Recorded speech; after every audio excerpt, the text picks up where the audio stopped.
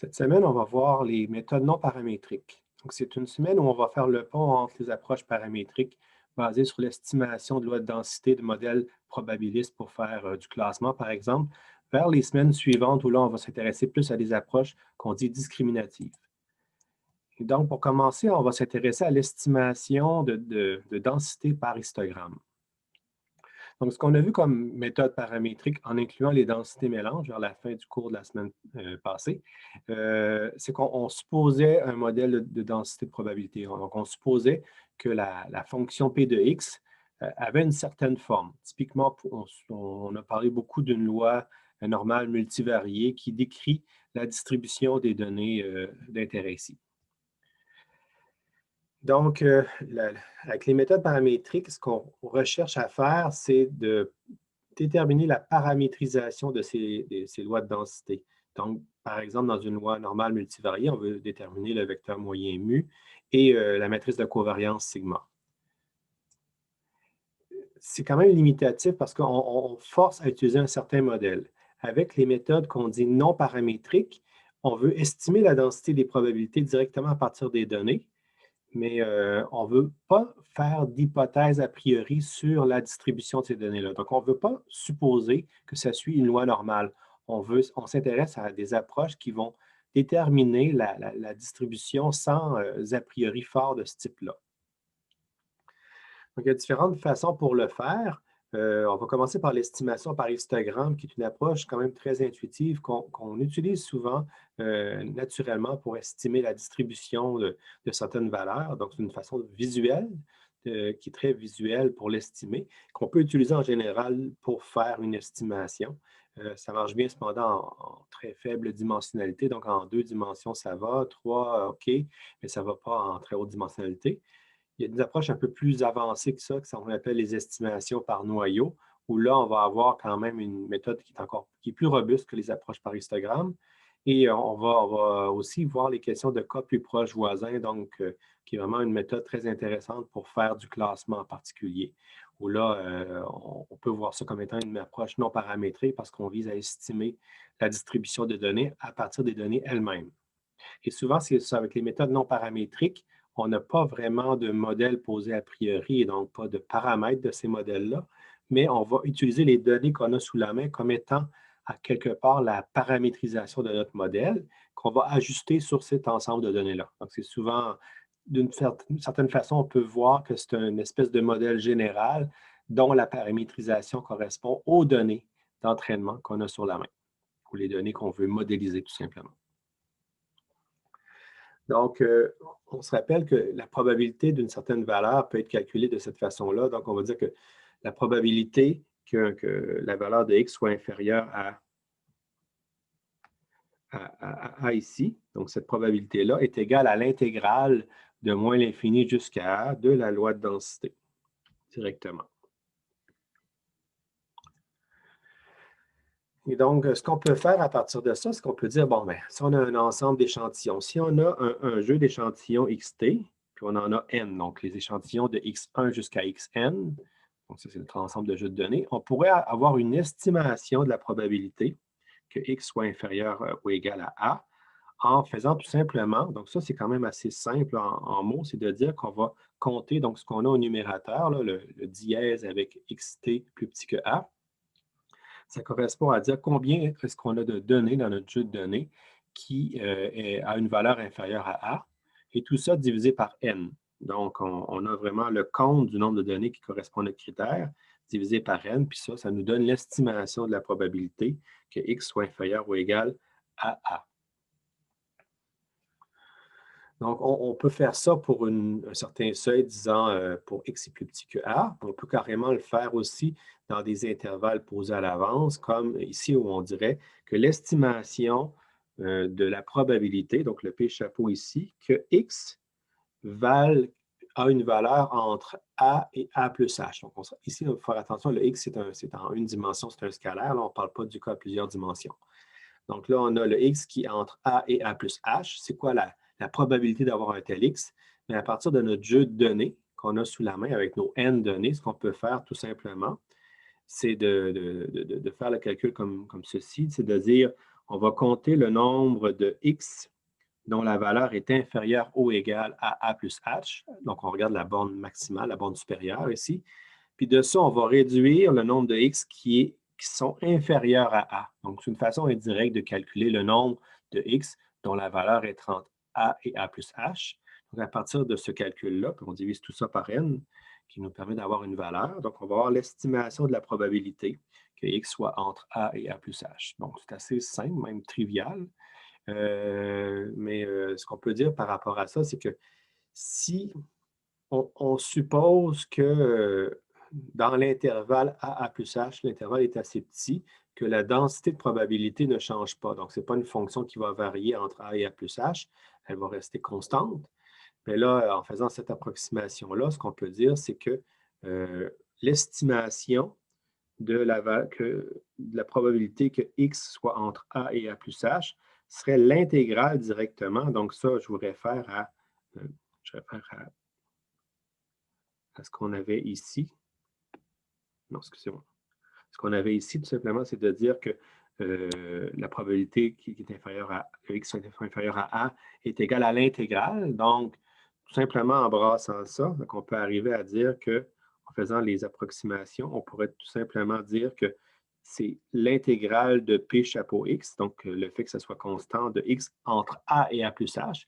Et ça, c'est approximativement égal à la valeur de P chapeau A, sachant que si on dit que c'est constant, ben, l'intégrale d'une constante reste la constante. Il suffit de faire A plus H moins A. Donc, A plus H moins A, ça revient à H directement parce que le A s'annule. Donc, on aurait comme valeur directement H fois P chapeau A. Donc, ça nous donnerait l'approximation de la probabilité en supposant que la densité, elle est constante dans notre intervalle. Et puis, comme je disais, cette approximation-là, elle est valide si l'intervalle est assez réduit. Et donc, à partir de ça, ce qu'on peut dire, c'est que l'estimation de la densité de x, si on dit c'est quoi l'estimation de la densité de x, sachant que le x est entre a et a plus h, donc c'est approximativement égal à 1 sur h. Donc, on va compter le nombre de données qui sont inférieures à A plus H, moins le nombre de données qui sont inférieures à A divisé par N. Comment est-ce qu'on est arrivé à ça? Bien, tout simplement, ce qu'on a fait, c'est qu'on a utilisé, on a utilisé ça ici. Donc, on a dit que ça était égal à ça. Puis, en envoyant le H ici de l'autre côté, on avait quelque chose comme quoi que le P chapeau de A, qui est égal à ça ici. Donc, ça, c'est équivalent. Serait égal à ce qu'on avait donc ici, donc au P de P chapeau, donc la probabilité que X soit entre A et A plus H, qui était définie ici. Donc, on a branché ça ici. Puis le H ben, est allé au dénominateur ici, étant donné qu'on l'a envoyé de l'autre côté, pour avoir finalement l'estimation P chapeau de A de cette façon-là. Et donc, maintenant, si on regarde ça, ben, ça, c'est quand même assez intuitif comme équation. Si on regarde ça, on va tout simplement compter le nombre de données qui sont dans l'intervalle A et A plus H et on va diviser par H fois N. Donc, on va diviser par la largeur de fenêtre qui est H et on va aussi ajuster par rapport à N, étant donné qu'on a un certain nombre d'échantillons sous la main, fait qu'on compte et on fait un ratio entre ce qu'on a compté et ce qu'on a comme jeu de données. Et donc ça, ben, ça revient à faire une estimation par histogramme. Donc, tous les développements mathématiques que je viens de vous faire, c'est directement équivalent à l'estimation par un histogramme en une dimension. Et donc, ça revient, dit d'une autre façon, à diviser l'espace d'entrée en compartiments de taille égale. Donc, si on fait ça, donc si on fait une division de l'espace en taille égale et qu'on dit que chaque compartiment a une largeur h, fixé égal pour tous les compartiments et on est positionné par rapport à une origine XO, bien, ce qu'on a, c'est qu'on a l'équivalent d'intervalles, comme on a vu tout à l'heure, mais on en a plusieurs de même largeur qui sont mis un à côté de l'autre. Donc, on arrive avec un nombre d'intervalles, des intervalles qui sont définis comme ceci ici. Donc, on a des intervalles entre, x0, c'est l'origine, le point de référence, plus MH, donc M peut être 0, 1, 2, 3, 4, 5, peu importe, ou -1, -2, -3. Et là, on dit c'est quoi la borne inférieure? C'est x0 plus mh. La borne supérieure, c'est x0 plus m plus 1 fois h. Donc, ça donne chacun des intervalles. Puis on en a plusieurs comme ça. Puis à partir de ça, bien, on applique ce qu'on avait vu comme règle. Donc, finalement, le P chapeau de x, qu'on dit qui est équivalent à cette équation-là, qui est directement ce qu'on vient de voir à la slide précédente, qui dit qu'on va compter le nombre de xt dans notre jeu de données. Donc, on a un jeu de données ici. C'est le jeu de départ, là. On peut dire que c'est le jeu à partir duquel on fait l'estimation de la densité, donc un ensemble de n échantillons. On va compter combien d'échantillons dans ce jeu-là sont dans le compartiment d'intérêt, le compartiment X. Donc, chaque X, finalement, si on regarde pour un certain X, on va regarder c'est quoi son compartiment et l'intervalle qui correspond. Et on va compter le nombre de X qui sont dans ce compartiment-là, puis on va diviser par NH. Donc, N, c'est le nombre de données dans notre jeu de données, puis H, c'est la largeur de notre compartiment. Puis ça, bien, ça va nous donner directement la densité correspondante. Et là, ce qu'on a ici, bien, on a une origine qui peut affecter légèrement l'estimateur parce que dans le fond, si on tasse un peu l'origine, les frontières vont se déplacer un peu, fait que les coupures ne sont pas tout à fait toujours les mêmes. Fait qu'on peut voir des petites variations, mais normalement, l'impact n'est pas si grand que ça, à moins que ça soit qu'il y ait beaucoup de données sur les frontières. Et la largeur H, cependant, peut affecter significativement l'estimateur parce que là, on est en train de bâtir des histogrammes. Et si nos histogrammes sont formés de peu de compartiments très larges, ce n'est pas la même chose que si on a plusieurs petits compartiments très peu larges. Et donc là, on va changer un peu la façon d'estimer. Il faut trouver le bon compromis entre la largeur et aussi le nombre de données par compartiment. Donc, avec un H faible, ce qu'on risque d'avoir, c'est d'avoir de nombreux pics dans l'estimation parce que chaque compartiment va être petit, va avoir chacun peu de données, mais il pourrait par hasard y avoir certains compartiments qui ont plusieurs instances, donc leur valeur va être très élevée, avec des voisins dont les valeurs vont être faibles. Éventuellement, ça va être vraiment quelque chose de discontinu, qu'il va y avoir quelque chose qui ressemble à quelque chose comme ça.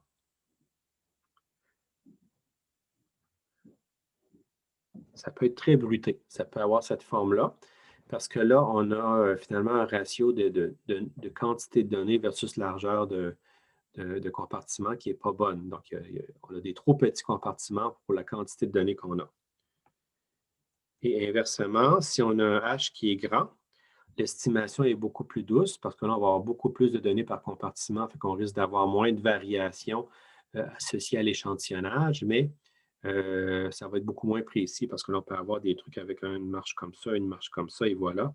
On a deux compartiments, on n'a pas de finesse là, ici, donc ça va être très grossier. Parce que dans un compartiment, la valeur elle est constante.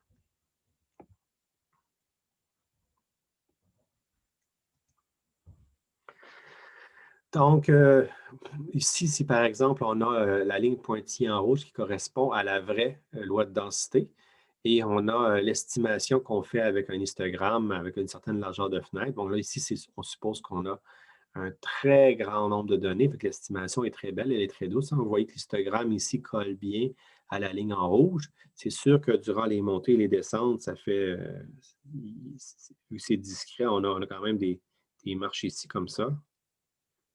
Mais c'est quand même tout à fait acceptable. Généralement, lorsqu'on fait une estimation par histogramme, on est prêt à gérer ça. Donc, c'est comme le cas idéal où la quantité de données disponibles est très grande. Mais ici, on a des cas plus concrets où là on a l'équivalent de 20 échantillons. Fait qu'avec 20 échantillons, puis on voit ici, on a un groupement d'échantillons ici, on en a 2 ici, on en a 3 après. On en a 3 ici, on en a 5 ici. Fait que on a ces échantillons-là. Si on fait une estimation avec une largeur de 20, là, on a vraiment peu de compartiments qui sont très larges. Donc, l'estimation nous donnerait ça. Fait que là, on n'a pas beaucoup de finesse. On voit que ça descend un petit peu, mais ce n'est pas possible de conclure grand-chose. Du moins, ça reste très doux comme estimation. Très plat. Si on a une largeur qui est 2 fois plus petite, qui est de 10, là, on voit quand même qu'on a vraiment un compartiment élevé à gauche et à droite. Donc ça ici, ça commence à ressembler plus à la vraie distribution des données. Avec H égale à 5, là, c'est quand même plus fin encore et on a même des régions ici et là qui sont vides avec des pics quand même assez élevés aux extrêmes. Donc, c'est bien, mais ça commence peut-être à être un peu trop fin. Et finalement, si on regarde H est égal à 2, bien là, vraiment, on a l'impression qu'il y a plusieurs pics ici, deux pics disjoints, un pic là. Je ne suis pas prêt à dire que c'est la bonne largeur de fenêtre. Je pense qu'au contraire, la largeur, elle est trop petite parce que si on regarde ça, souvent, on a des compartiments avec une seule donnée ici. Une donnée, une donnée. Donc, c'est trop peu de données par compartiment. Donc, le compromis se situe plus autour de H est égal à 10 ou à 5. Donc là, on l'a vu pour une dimension. Maintenant, on pourrait faire l'estimation, mais en plusieurs dimensions. C'est tout à fait possible. Et donc là, au lieu d'être des compartiments, des bins, comme étant des barres de largeur fixe, on va avoir des hypercubes d'hypervolumes égaux. Donc, on est en plusieurs dimensions. Il faut voir ça comme étant vraiment des blocs dans l'espace. En deux dimensions, ça se visualise déjà quand même assez bien. C'est de dire que finalement, notre espace 2D avec X1 et X2, mais là, on a des petits rectangles finalement qui correspondent à la densité selon la troisième dimension, qui est la valeur de P de X estimée. Sauf que l'estimation à plusieurs dimensions souffre gravement de la malédiction de la dimensionnalité. Donc, comme on avait vu la semaine passée, pour conserver la même densité d'estimation, il faut augmenter exponentiellement la quantité de données selon la dimension.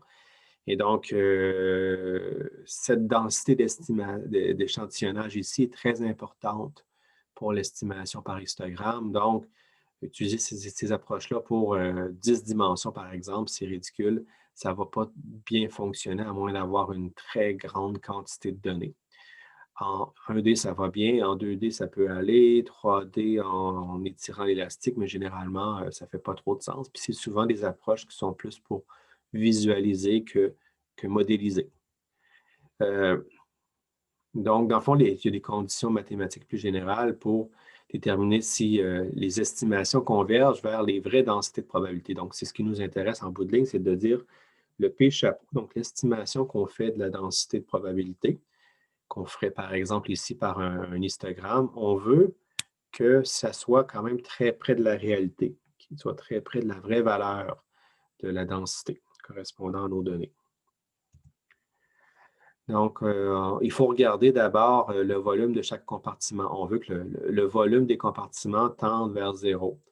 Donc, lorsque n est grand, on veut que ce volume-là soit relativement petit. On veut aussi que le nombre d'observations par compartiment soit très grand. Fait qu'on veut avoir des très petits compartiments, mais on veut avoir beaucoup de données dans chacun d'entre eux. C'est comme ça qu'on va pouvoir bien estimer leur valeur. Donc, on se rappelle qu'on compte la quantité de données dans les compartiments versus la quantité de données globalement qu'on a. Donc, ça nous donne une idée de la densité, mais quand même, pour que ça converge vers quelque chose qui est fiable, il faudrait avoir beaucoup de données dans chacun de nos compartiments. Donc, on peut voir que les deux premiers points sont contradictoires, dans le sens qu'on veut avoir des compartiments très petits, mais on veut avoir une très grande quantité de données dans chacun des compartiments. Fait à un moment donné, lorsqu'on est trop petit, on va nécessairement avoir moins de données. Fait qu'il faut essayer de trouver une configuration où on a vraiment quand même beaucoup de données dans chacun des compartiments. Et donc, c'est ça, c'est donc la troisième règle décrit un peu, c'est le ratio du nombre d'observations par compartiment avec le nombre d'observations totales élevé. Donc, on ne veut pas que toutes les observations soient concentrées dans un compartiment. On veut que ça tende vers 0 dans le sens que la quantité d'observations dans un compartiment soit très petite par rapport au nombre total d'observations qu'on a sous la main. Donc, si ces trois conditions-là ne sont pas respectées, mais si on tend à avoir ce genre de valeur-là, bien, notre estimation va être quand même très proche de la réalité. On voit que c'est contradictoire et surtout en plus haute dimensionnalité, ça devient très difficile à gérer parce que pour pouvoir avoir ça, il faut avoir un très grand nombre d'échantillons. Il faut avoir vraiment une densité d'échantillonnage qui est très élevée pour pouvoir avoir une estimation qui converge vers les véritables densités de probabilité. Donc, un exemple en 2D ici, c'est à gauche, on a une loi normale. Donc, on a simplement une loi normale qui est centrée ici. Donc, ça, c'est le vecteur moyen. Puis, on voit qu'on a ces courbes-là qui donnent un peu la forme de la loi normale qui est étirée avec une pente positive. Puis, tous les points blancs qu'on voit dans l'image correspondent à des points qu'on a tirés. Donc, on a quand même énormément de points, là. Je ne sais pas le chiffre exact, mais c'est certainement des milliers et peut-être certainement plusieurs milliers de points qu'on a ici seulement en 2 dimensions. Puis on voit à droite, l'estimation ici, c'est à base d'un histogramme. Donc, ce qu'on a fait, c'est qu'on a vraiment discrétisé l'espace en 2 dimensions. Puis chaque carré qui a l'air d'être un gros pixel, dans le fond, c'est un compartiment de notre histogramme 2D. Puis la valeur d'intensité qui passe du noir rouge très foncé vers le jaune nous dit la quantité de données, donc la densité qu'on a dans cette région-là. Donc, plus ça tend vers le jaune, plus la densité est élevée. Donc, on voit que la forme, en général, a l'air de notre loi de densité, mais on voit aussi que ce n'est pas nécessairement très précis. Il y a comme un point ici qui a l'air d'être plus dense que ses voisins. Peut-être c'est des artefacts d'échantillonnage. Dans le fond, il aurait fallu avoir encore plus de données pour avoir quelque chose qui se rapproche de ce qu'on a à gauche. Mais du moins, l'estimation qu'on peut en faire avec un histogramme en 2 dimensions ressemblerait à ça. Donc, on a vu une approche par histogramme qui est quand même assez intuitive, mais comme je vous dis, qui ne marche pas très bien en haute dimensionnalité. Même en moyenne dimensionnalité, ça marche seulement en basse dimensionnalité. On a aussi une autre approche qu'on appelle un estimateur naïf d'histogramme, aussi connu comme étant une fenêtre de Parsons, qui est un anglicisme qui permet, des fois, qui évoque plus auprès des gens que l'estimateur naïf d'histogramme. Dans ce contexte-ci, la différence, c'est qu'on ne va pas fixer des compartiments à des emplacements très, très précis.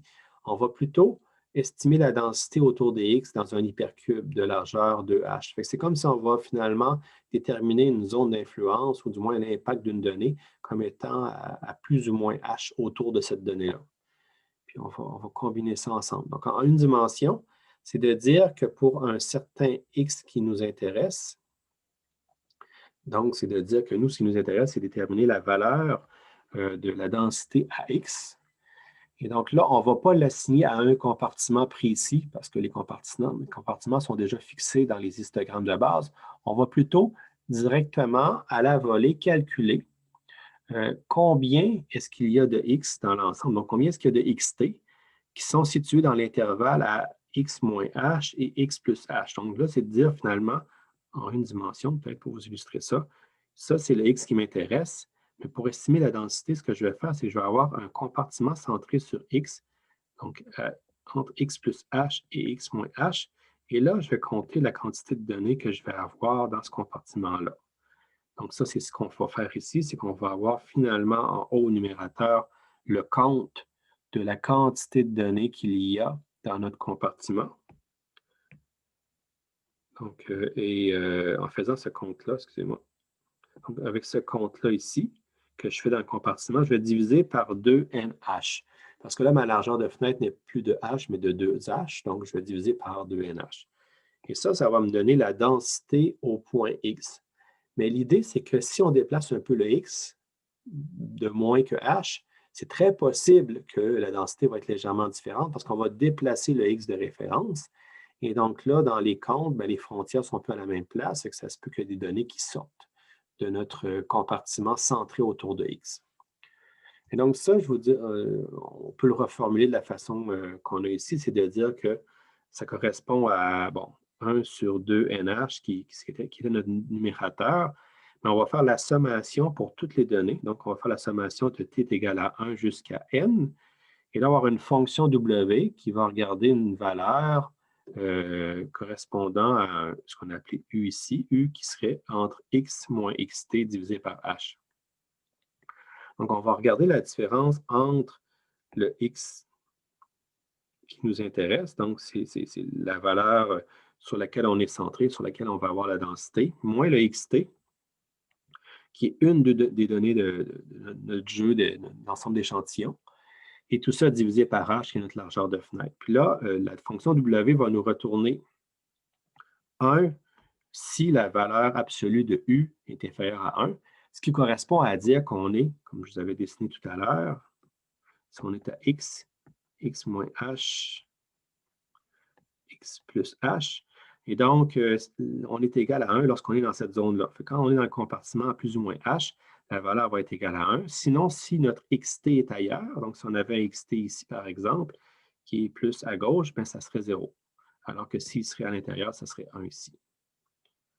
Donc, c'est exactement la même chose qu'on avait en haut, mais réécrit d'une façon un peu plus intéressante au niveau formulation mathématique. L'intérêt d'un estimateur naïf d'histogramme, c'est qu'on n'a pas besoin de poser une origine XO. On ne s'accroche pas à x0 est égal à 0, par exemple, ou est égal à une autre valeur arbitraire. On va mesurer ça vraiment sur les données. Et donc, l'estimation n'est pas continue aussi. On va voir que c'est un peu plus fin qu'un histogramme standard, à savoir qu'il peut y avoir des marches. On va voir les montées lorsqu'il y a une région qui est dense, à côté de régions qui sont moins denses. On va quand même voir des montées qui correspondent finalement à des données qui sont comment je dirais, on va voir un peu l'impact des données dans la fenêtre plus ou moins H autour de chacune des données. Donc, pour illustrer ça, on a à peu près les mêmes données que tout à l'heure. Donc, on a n points avec 5 données ici, 3 là et la balance de l'autre côté. Fait que là, si on regarde ça avec une largeur de fenêtre de 10, donc on a réduit d'un facteur 2 parce qu'on est à plus ou moins h, on voit que, bon, c'est une estimation encore qui est très douce, mais qui n'est pas comme on avait tout à l'heure. Tout à l'heure, on avait vraiment quelque chose comme ça, avec 2 compartiments comme ça. Donc là, on a un peu plus de finesse. On voit que ça monte ici, ça redescend ici, ça remonte et ça va redescendre un peu. C'est un petit peu plus doux. H est égal à 5, là, ça commence à être vraiment bien, ça décrit mieux. On voit que ça descend quand même, pas de façon brusque, mais quand même, il y a une bonne descente, étant donné que les données sont toutes groupées ici. L'impact dans cette région-là est qu'on voit que ça descend rapidement parce qu'on sort de la zone à x plus h de chacune des données d'influence. Ici, on voit qu'il y a quand même une bosse autour de cet amas de 5 données-là qui redescend après par la suite. Si on regarde ça finalement avec h est égal à 2, bien là, on a quelque chose comme ça ici qui descend, qui remonte un petit peu, puis qui remonte comme ça. Je trouve que vraiment h est égal à 2 ici, c'est ce qui est le plus intéressant. C'est ce qui ressemble le plus finalement à la véritable distribution des données qui est celle-ci. C'est sûr qu'il y a comme une bosse au centre qui est associée à nos deux données qu'on a obtenues ici, mais c'est tout simplement un artefact associé au fait qu'on a peu de données.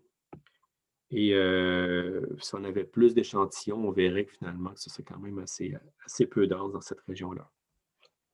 Et finalement, pour h est égal à 1, c'est là qu'on voit que là, la fenêtre n'est pas assez large. On a vraiment, on a quand même un gros pic qui est quand même réaliste. Ici, ça remonte, ça monte.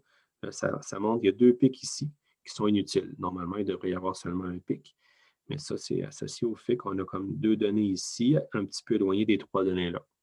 Mais vraiment, je pense que h est égal à 1, c'est un cas où la fenêtre est beaucoup trop étroite.